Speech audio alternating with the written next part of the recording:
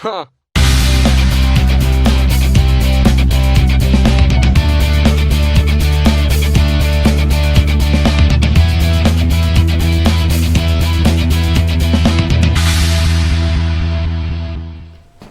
Well, hello friends and neighbors, this is Dane at JONAH Guitars, and I have a special little treat here. 1965 Fender Strat in the shop. Customer complaint is well, it doesn't play as good as it ought to play. Let's have a look at it, and we'll talk more about that customer complaint. We'll see. Original case, I think. And here we go.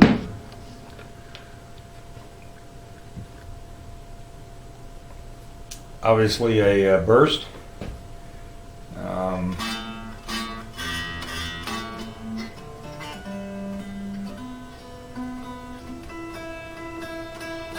little out. I've got the talent lever, standard everything. 65. I was gonna look. I'm sure that's pre CBS. I can't say that I'm up on all the date changes and stuff. There's a very little buckle rash on this thing. Little chrome chipping out around this one screw hole. The rest of them look really good. I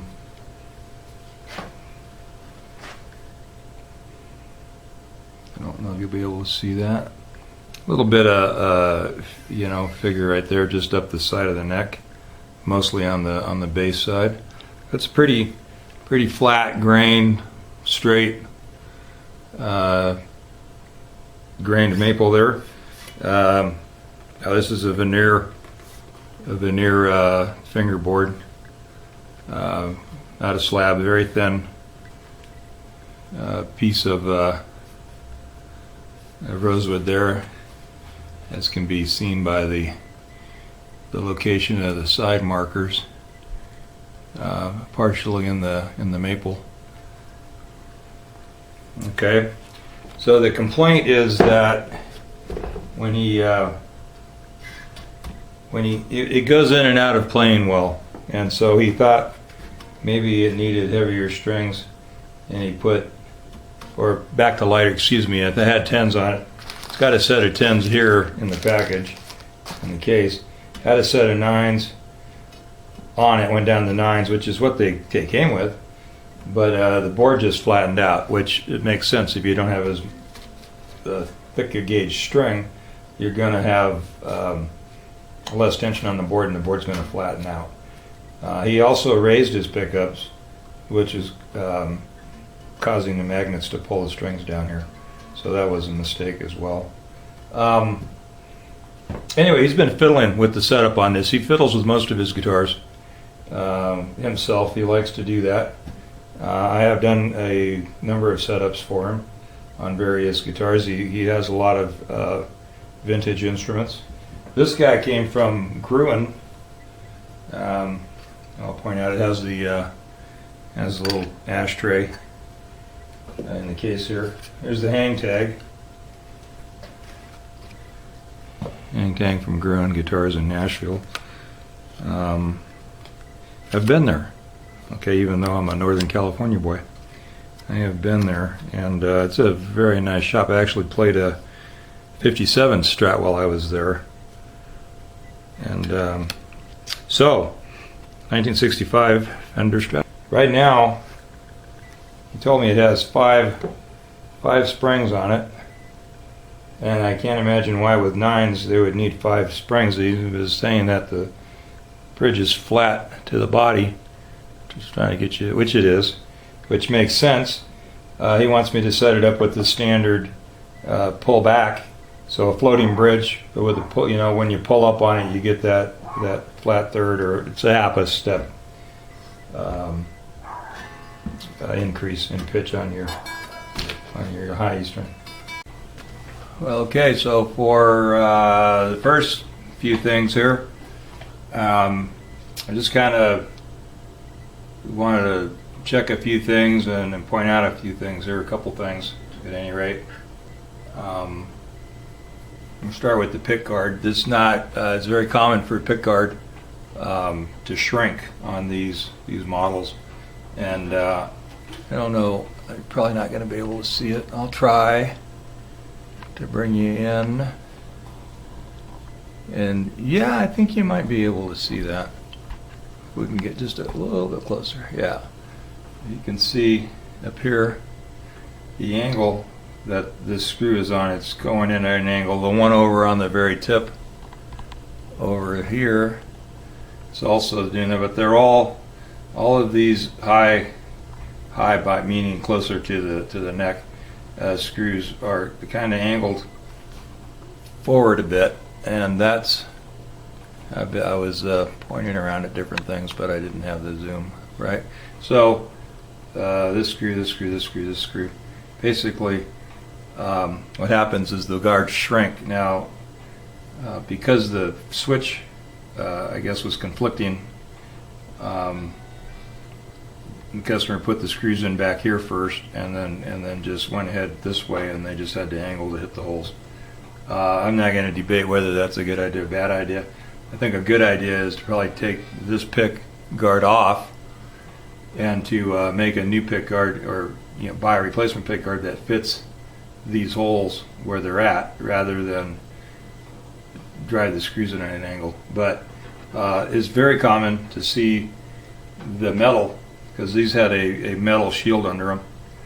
In fact, you can see it here, and probably not in the camera, but the metal shield under the pick guard is actually sticking out above the horn here. This peak, also over on this corner, sticking out by almost 1/8 of an inch up here, the very point of it. Another thing I was just thought about looking, because I've been noticing on a lot of pictures of Strats that I'm seeing online, when you come back down to this this corner, let me pan out a bit. They call the arm contour here. I'm seeing a lot of them start about the normal place here, but then they go across the body all the way over to like here, past the strap button. And this one is, to this side of the strap button, the base side of the strap button. And I think that's pretty normal. Obviously, that's how this 65 is. It's just something else I was thought to look at while I had this on the bench. I've been building a lot of strap bodies, a lot. I have a few, 5 to be exact, plus the one I just built that I'm playing. So I just kind of checking things here since I've got this sample, very, very nice sample on the bench. I just thought I'd take a look at it and see how some of these things are lining up. First thing I'm going to do as far as the setup is concerned is go ahead and I'm keeping the lights off on purpose, because the lights just really don't help anything at all. Maybe this one would be better, but let's see. Yeah, it still washes everything out. So what first thing I'm going to do, I'm going to grab my feeler gauges, and I haven't adjusted or done anything. I haven't even pulled the back cover off yet to find out how the strings are. I'm just going to use the notch straight edge here in the middle of the neck and check my relief. Actually, it looks a lot like it's got a lot of relief in it compared to what the owner was thinking. And yeah, I was gonna, usually I'll hold this string down or use a capo and go off the string just where the body joint meets. Apparently the wood is quite a bit different than the frets. Yeah, because the wood is actually, I'm just going to do one in the middle here.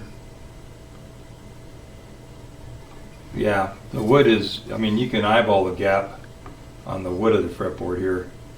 So the frets are quite a bit different than the wood, which is interesting. Good reason to have a notch straight edge. Alright, so I like to see about 8,000 on an electric guitar that I expect to set up pretty low. 0.8 of relief around the 7th fret, and so I'll do it both ways. I'll use the straight edge up on the frets. Now,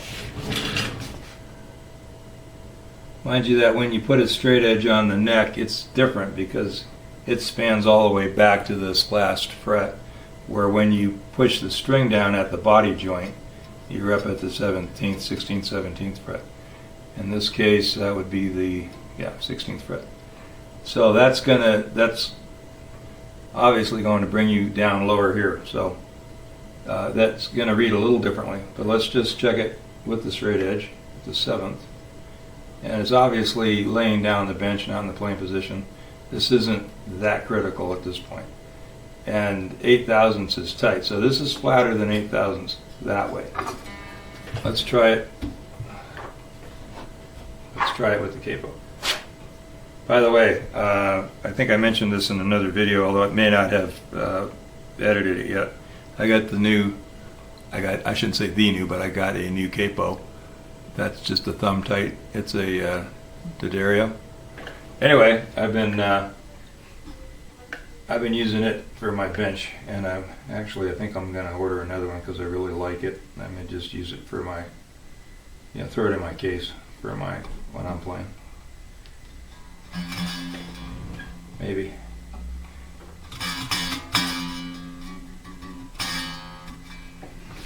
The rattle there. All right, so let's check this thing. 7th fret. Yeah, so that's.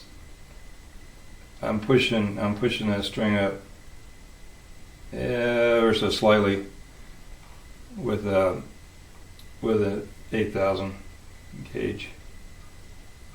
Same thing there. So yeah, we can definitely. I'm gonna just set it down here in my lap for a second in playing position and test it.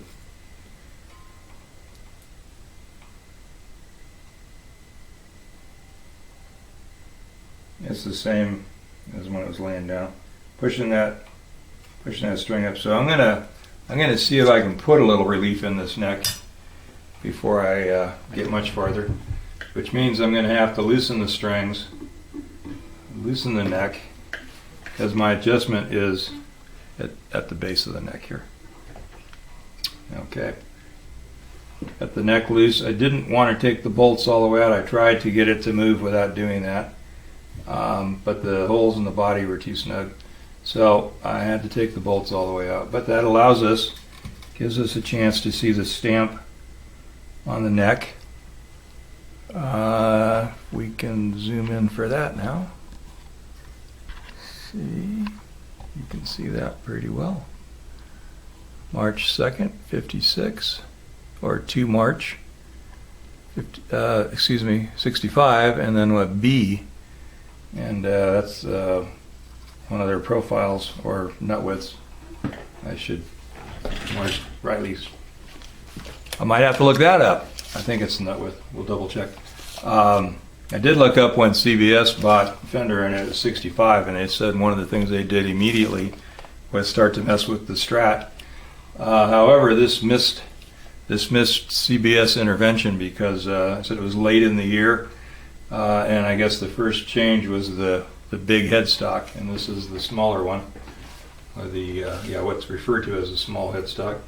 I'm down here measuring the nut, and it's a little wider than 5/8 and close to 11/16, but not quite. So anyway, the reason that I pulled the neck was to loosen the truss rod a little bit, see if we get any action on that. And I also wanted you to see that I used a hand drive to pull the neck off with. I don't use power screwdrivers on new guitars. I'm certainly not going to do it on a vintage. Kind of makes me cringe when I see people do that. And I'm checking to see how well this fits. This nut here fits it pretty good. And I think I'm just going to back the thing off about, if I can.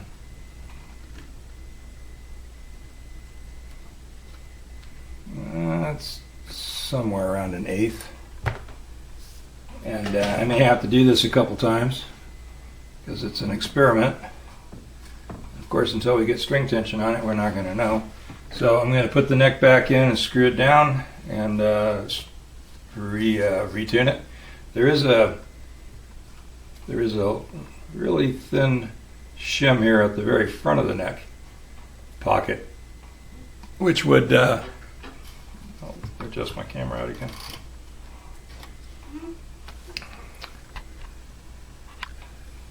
Very thin shim at the front of the neck pocket. Normally you see the shims, I don't know if I should say normally, I think most typically you'd see the shim at the back of the neck pocket, because usually you need to bring the strings down, and if you have a shim in the front of the pockets, it's pushing the strings up for more clearance. So I'll get this screwed back on and retuned and be able to check that neck relief again and see where we're at. It does have a little bit more relief. It came up to 8/1000ths gap on the 7th fret on my string, or my neck relief. So that's what I wanted to have there. Now that means we're talking thousands, a couple thousandths higher than it was. But that did prove to me that I can get neck relief in this neck under string tension with 9s. Now just looking, because I didn't check this right off the bat to find out, but you know what? It looks like I'm right at 4/64 on the fat E, and I'm splitting 4/64 with the high E, and then just checking my bridge radius here real quick. It looks like it might be just a little bit flat, especially that B string. It's down a bit from where it ought to be, I think. Okay.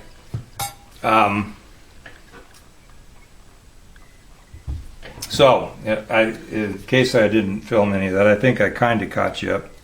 I'm going to put about 1/16 of an inch worth of cards under here, just to hold that and take a look at it.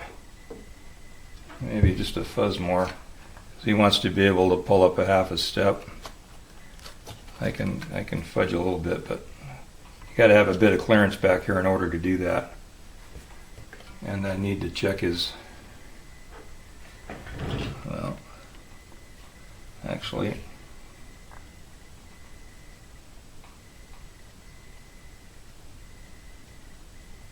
I think we're probably okay on the bridge screw adjustments there.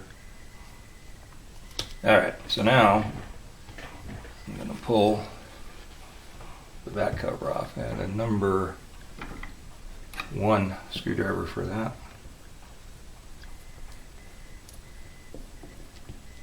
Because this is a vintage, and because I do it just about on every guitar, whether it's vintage or not, I like to keep track of where things come out of. I know this particular customer is particularly fussy about that.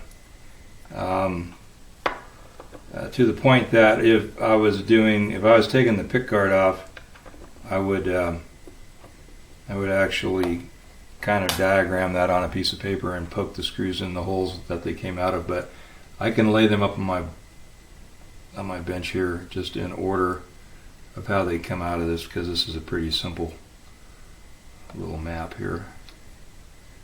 And then just so I put them in the back in the same spot, because you know those are tone screws, and that's going to make a difference.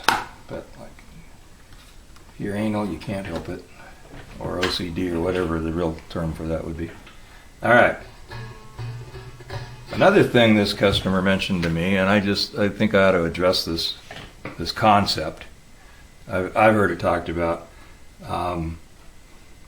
When the two inboard springs, right? You got outside springs, you got center spring, the two between those. When those are out, a lot of people like to move these two outside springs on the claw end in on a taper.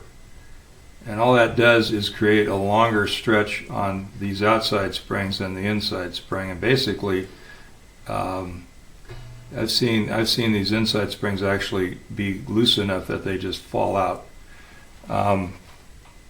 So I leave them all parallel. That way you have the same tension on all three springs rather than having that sideways diagonal kind of pull. I don't see how that could ever have made any sense to anybody, but what can I say? I think I'm just going to grab this and see how much tension it has on it. I might be able to pull it loose, and if not, then I'll loosen the claw a bit. No, I was able to do that. Now, I have no idea if these are original springs, but of course they will go back in the case for the customer. Alright, so I've just pulled 2 springs off. I have no idea. Well, I will have an idea. All I got to do is pick a string and find out. Well, I have to take these cards out of here. Yeah, so I actually, by pulling those 2 springs off, I pretty much put the bridge right where I want it from where I had my stack of cards at. Let's see, just for fun, where we ended up.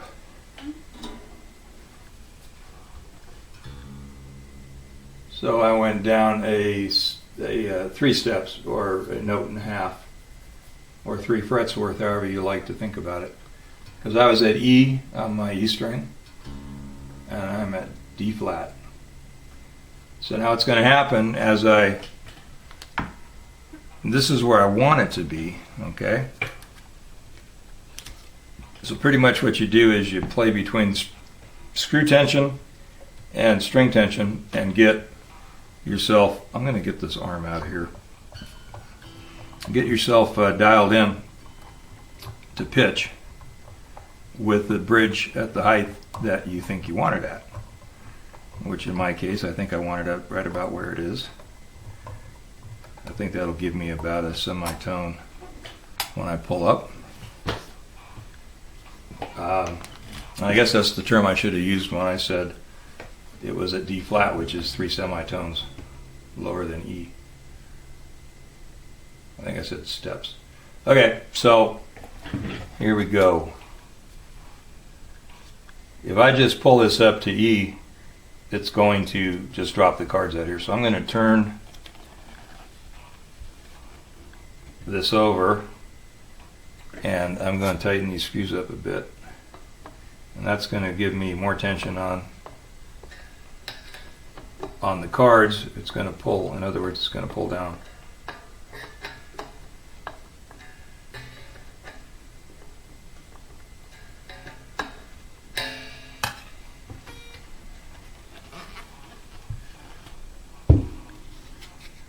Cards are definitely tighter in there.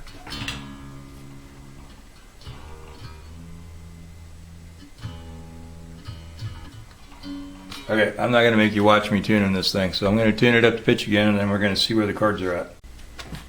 Okay, I've tuned across this 3 times, and I'm still not, pitched equally all the way. I just worked from my E, my fat E to my high E. So my high E's on, but my fat E dropped down, 50 cents. Okay, so I could keep going across that and equalizing it, but my cards are loose now. So I'm going to need to tighten that claw up a little more.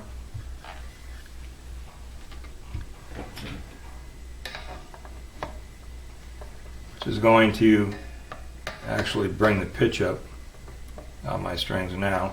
And I just try to tighten the claw equally.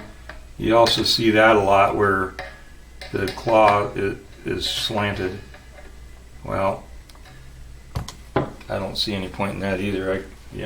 Somebody enlighten me on that one, because I did hear some guy making an argument for that at one point, but I don't remember what it was about. If you have all the screws here tightened down, and this is a rigid piece, how is pulling on one side of the strings or springs harder than the other side going to affect the way that it doesn't make sense? Okay.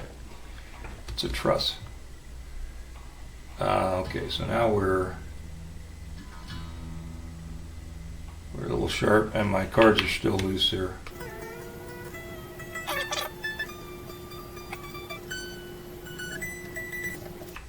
So I'm just almost snug on that thing. So I think what I'm going to do, I'm going to plug my guitar in.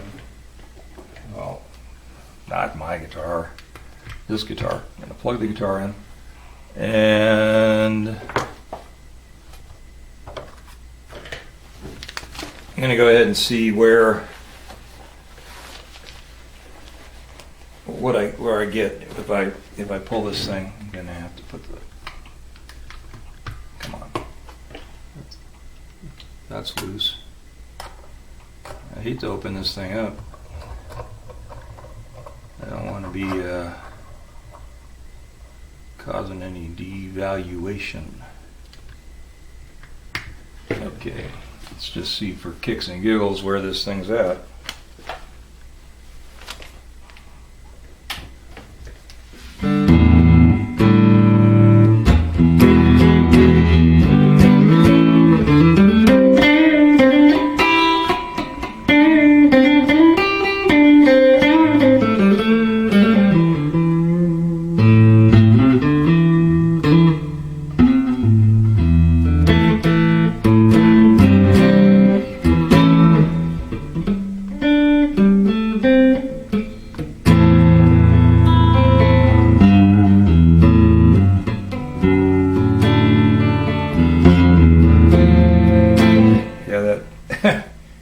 Pickup is really high.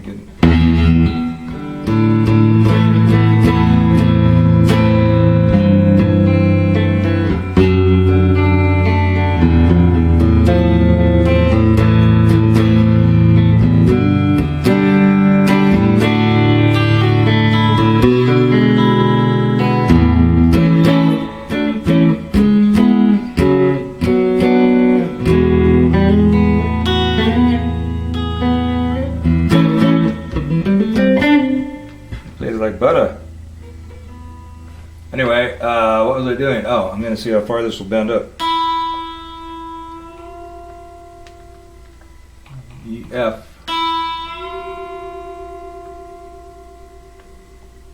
It needs to come up a little more than that.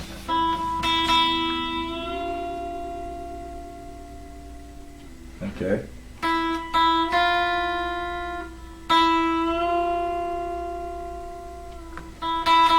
Alright, well then I need a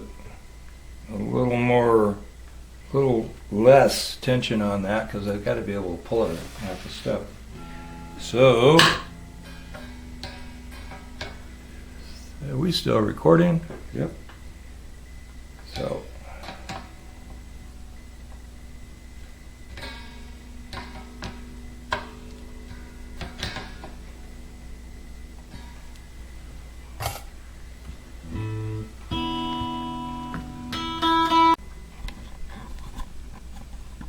okay, well, we got tend to cross it about 80 times, back and forth between tension on the screws. I ended up having to loosen the screws up a couple times, and we are a bit higher than what I had anticipated to get that half a step interval there. A couple more card thicknesses, but there's your actual fretted note, and then and that's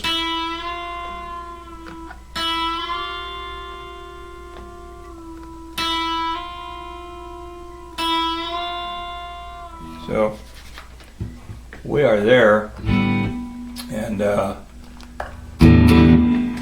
see what that did to our string height. The saddles are pretty excuse me, saddles are pretty low already, so we got a little bit of yeah, we brought that fat E up a 64th, and the high E is now right at 4/64ths. And we could push the B up a little bit, it's a little low. That look pretty good, except the B is just a fuzz low for where everybody else is. B and the G, actually, I could bring them both up a little bit. And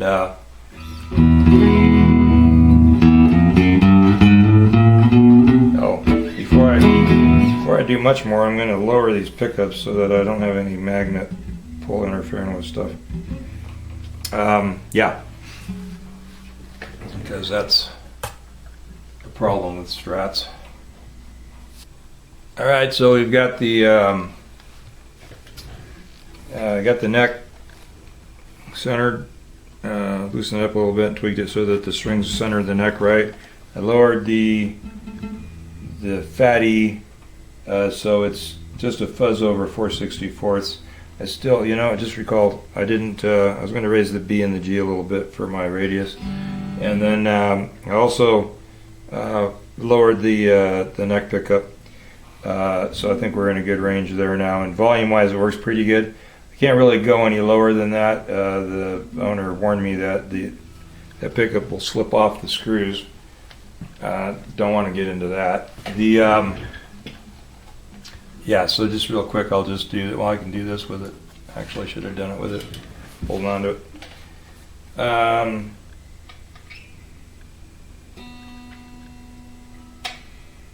Yeah, just a fuzz up. So let's do quarter and a quarter. Now I have a little homemade Allen wrench holder thing here. It's square. It's really easy to tell when you're doing a quarter turn. Bang. And we're going to bring the G up, but we're not going to bring the G up quite as high. So we're going to call that 1/8 of a turn, and we're going to check it.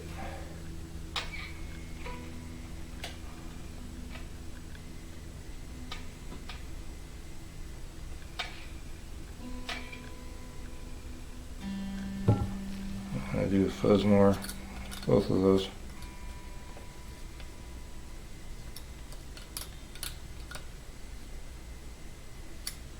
They make these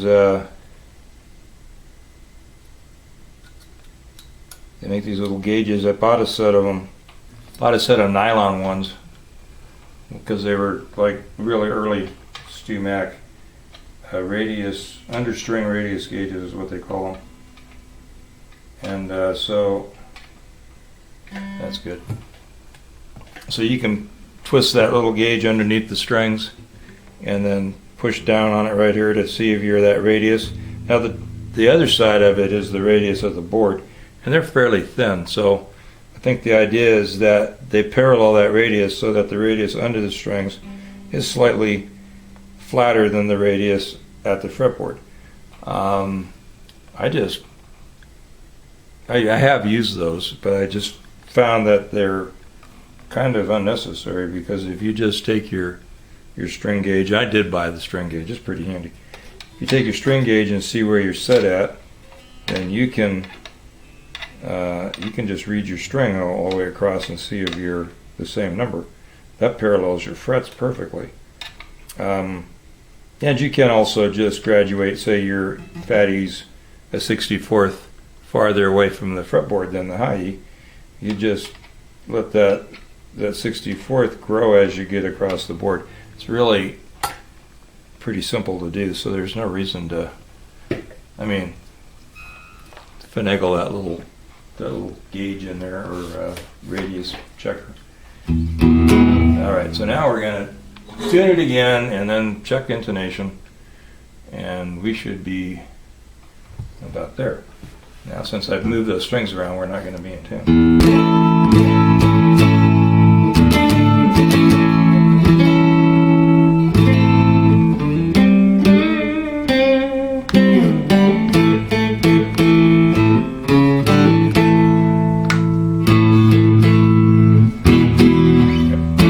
That neck pickup seems just a little hotter.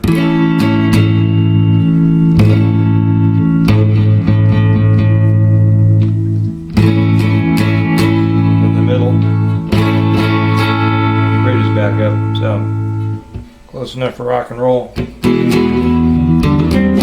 I was thinking when I was fiddling with this pickguard that, or looking at the stretching and whatnot, it'd be really great if these things hadn't appreciated to the kind of money they are, so that a regular guy could just say, hey, you know what? I don't like the way my pickups fit in this pickguard because they're sideways, because the plastic has shrunk and the metal hasn't, so they're being jacked over by the way the metal and the plastic are interacting. I don't know if I can get you a shot of that. Let's see if I can get you a shot of that. See how sideways that neck pickup is, and the middle pickup is as well, and the bridge is the least of the crooked because the way this pickguard's been screwed down, it's more lined up on the back end than the front end. But so, you know, if they wouldn't knock $5,000 off the value of a guitar because you scraped the metal and the plastic even so that things would sit up straight. But because these things are so valuable, nobody wants to mess with it. Although I have seen Dan Earlywine do videos of that, Mr. Stu Mack himself. I guess if Dan does it, it's okay. But if I do it, everybody would have a meltdown. I'm going to go ahead and check the intonation while I'm here rambling on. He's kind of sharp. All right, so the first three are about the same. Let's see what we got going on here. Sharp means that the string is short and that you have to lengthen the string in order to do it. Lengthening the string means we have to tighten the deal. So the reason that has occurred is because the bridge was flat on the deck and the strings were a fuzz closer to the neck. Plus that when the bridge goes down, it's actually going to stretch the string. So it's very minimal, but it's there. So I'm going to give it about that much and check these first three again. That A string was way off.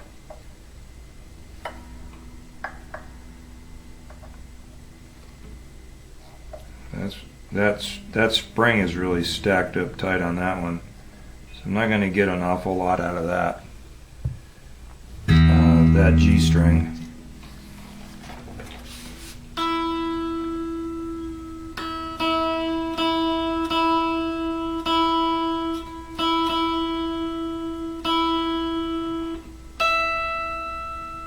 Still a fuzz. I don't normally harmonic.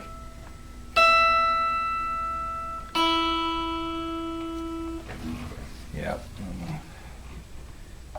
What I should do is find out about that G. Leave them all off the same amount because I'm not taking that spring out and chopping it off.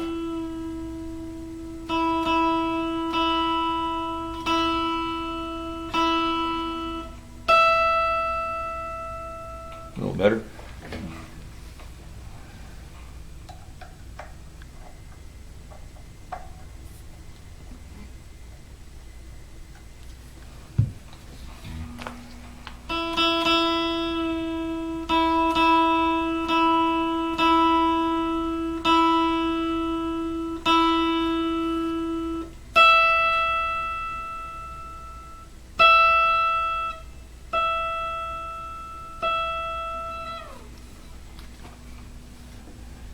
These nines, it's really easy to press them too hard and pull them sharp, but you know, most people playing aren't going to be that light fingered either.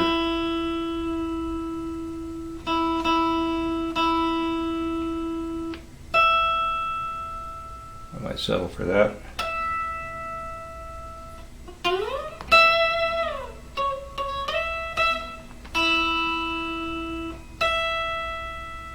I'm going to see where that G ends up at. The B. Gosh, I think we're there. I don't see anything about this guitar that I would want to sell it over. Seems like a pretty great guitar. Okay, well, that's it.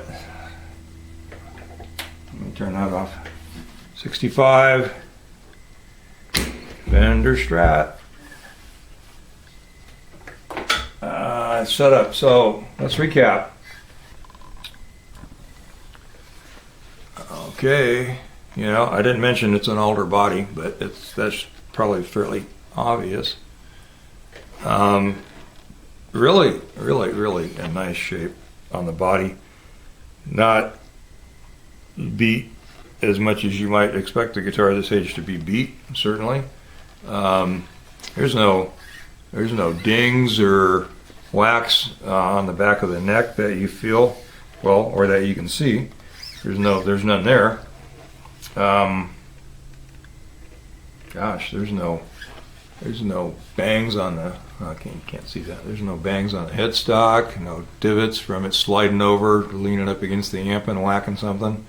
No cigarette burns between the tuners. This is a really clean guitar. Super clean. Now, I didn't take it out. I didn't look at it. But it's been certified by George Gruen at the time of purchase, which was several years back. I don't know exactly the time frame on that. I could look at the paperwork, I guess. I didn't think to check the date. Anyway, but recapping, what the customer complaint was that he put nines on it, the neck flattened out, and I guess it was rattling on him. He didn't like the way it felt. He wanted to have, you know, the ability to pull it up a semitone. I think the biggest problem was that there were too many springs on it. So I just pulled a couple springs and then balanced the string tension to the spring tension. Spring, you know, crank that claw in and out until you have that tension there where you have the right amount of spacer to get the desired amount of raise in pitch that you're after when you pull up on the bar. And yeah, I always say it's just geometry, which technically I know nothing about, but for guitars it seems to work out. I think that's all I have to say. I've been rambling on here now for quite some time, and well, so that's a reminder, folks, if you're not having fun, you are doing it wrong. Take care. Thanks for watching.